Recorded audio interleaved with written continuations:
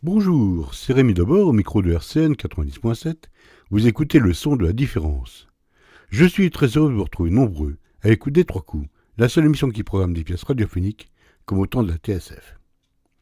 Pour une fois, j'abandonne le polar au profit du fantastique, du merveilleux, du mystérieux. Amazing, comme ils disent au States ou chez Mamie Elisabeth. Aujourd'hui, on va faire So British et même So Scottish, puisque c'est au pays des Macs que l'on trouve les plus beaux spécimens et les maisons qui vont de pair. Partons donc en bonne compagnie, au pays des revenants, en espérant que nous en reviendrons. J'aurais voulu appeler cette pièce SOS Fantôme, ou la Maison des Esprits, ou Hantise. Mais tout ça, c'était déjà pris. Alors j'ai consulté mon Raps, et j'ai trouvé Digger, la maison McDigger, du nom de ce brave homme qui extermina toute sa famille au siècle avant-dernier. Nous sommes au sud de l'Écosse, avec, pour tout éclairage, l'obscure clarté qui tombe des étoiles. Temps calme, intérieur nuit, moteur, action.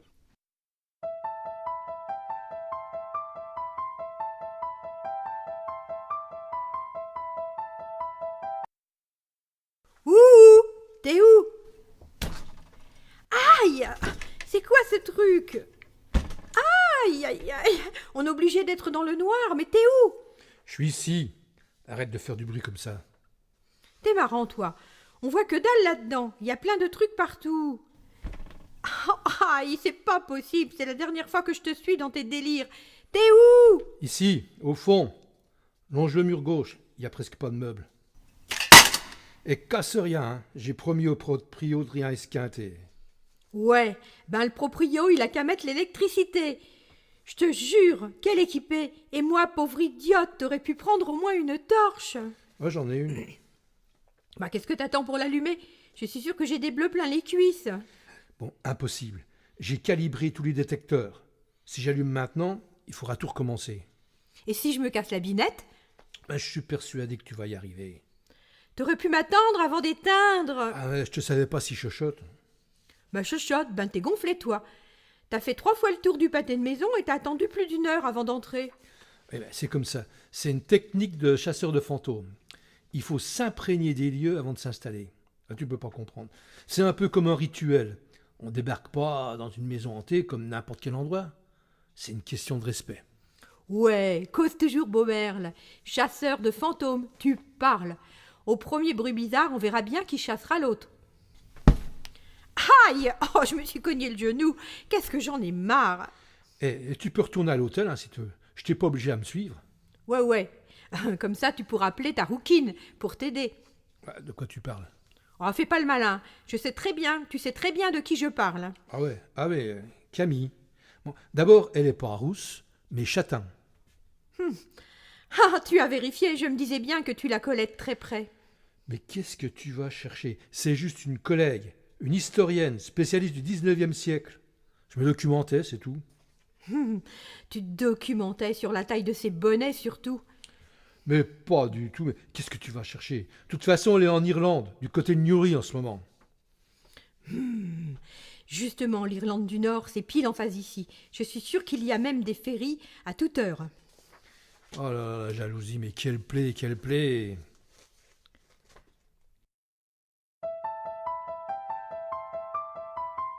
Vous écoutez Radio Carré Nancy sous 90.7.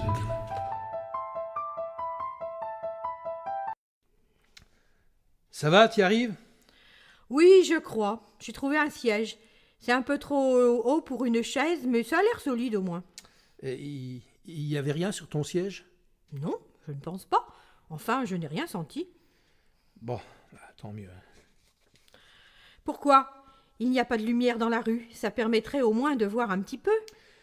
D'après les gens du coin, les ampoules grillent au fur et à mesure qu'elles sont changées. Alors, les autorités communales ont décidé de ne plus les remplacer. C'est aussi bête que ça. Perso, je trouve plutôt que ce sont les gamins qui les cassent. Faut croire qu'ils veulent entretenir le mystère. Ça existe plus la fessée en Écosse? Ah bah, faut croire que non. Et puis, c'est pas un patelin qui attire beaucoup les touristes. Alors, tous ces chasseurs de fantômes qui viennent par ici, c'est toujours ça de gagner. S'ils installaient un projecteur tout autour, ce serait moins glamour, tu crois pas? Ouais, tu as peut-être raison. N'empêche qu'une petite lueur serait la bienvenue. Bon, avec le temps, tes yeux vont s'habituer. Bien sûr. Et puis après, je vais me mettre à miauler. Miaou! Bon, miaule pas trop fort. Et c'est plutôt de ronronner, c'est plus rassurant pour les esprits. Au fait, tu ne m'as pas dit, on est où là? Nous sommes dans la maison de MacDiger, fossoyeur de son état jusqu'en 1849. C'est lui le fantôme? Ouais, c'en est un. Allez, raconte. Je vais donc te narrer. Oh oui, narre-moi, narre-moi. J'adore quand tu narres. Oh, t'as fini, oui. Motus et bouche cousue, vas-y, narre.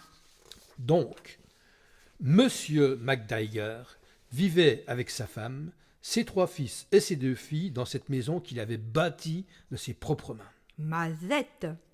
C'était le meilleur et le plus consciencieux de tous les fossoyeurs de la région. On venait de très loin pour solliciter son savoir et sa dextérité. Il avait une règle à laquelle jamais il ne dérogeait. Qu'est-ce que tu narres bien?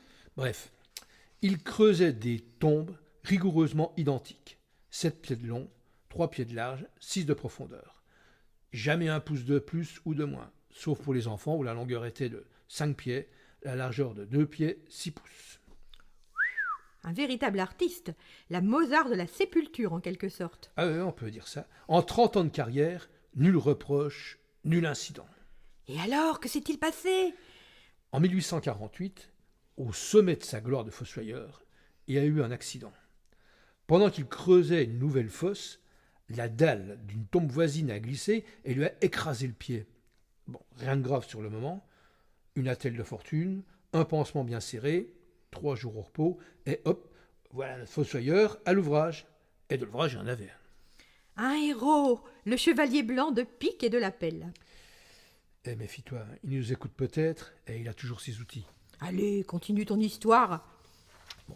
Hélas, la plaie ne cicatrisait pas. L'humidité, la boue, le climat, bref, au bout de 6 ou 7 mois, le pied devint noir, puis vert. La gangrène s'était mise et il a fallu l'amputer au-dessous du genou.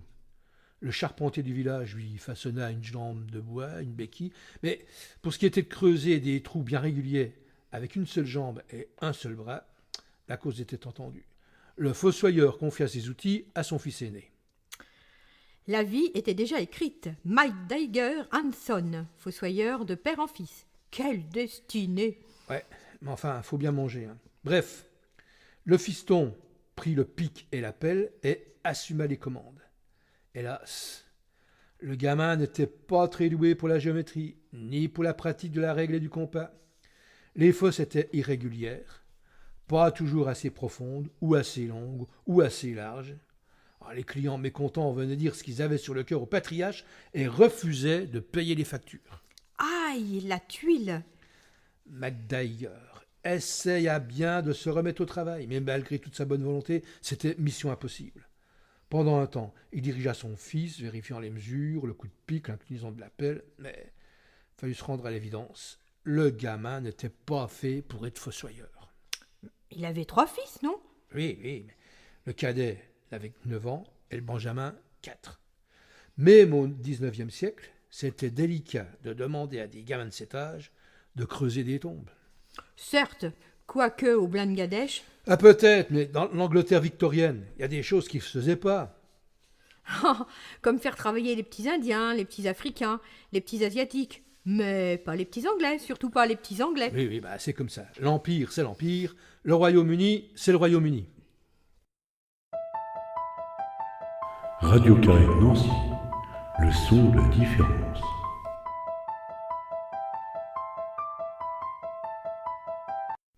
Et alors, comment il est devenu fantôme, ce pauvre fossoyeur? Bah, ça t'arrive de lire les documents préparatoires? Oh, moi tes histoires, je veux bien les vivre, mais toute ta cuisine autour... Ouais, je vois. Bon, la prochaine fois, je me casserai pas la tête à t'écrire un résumé.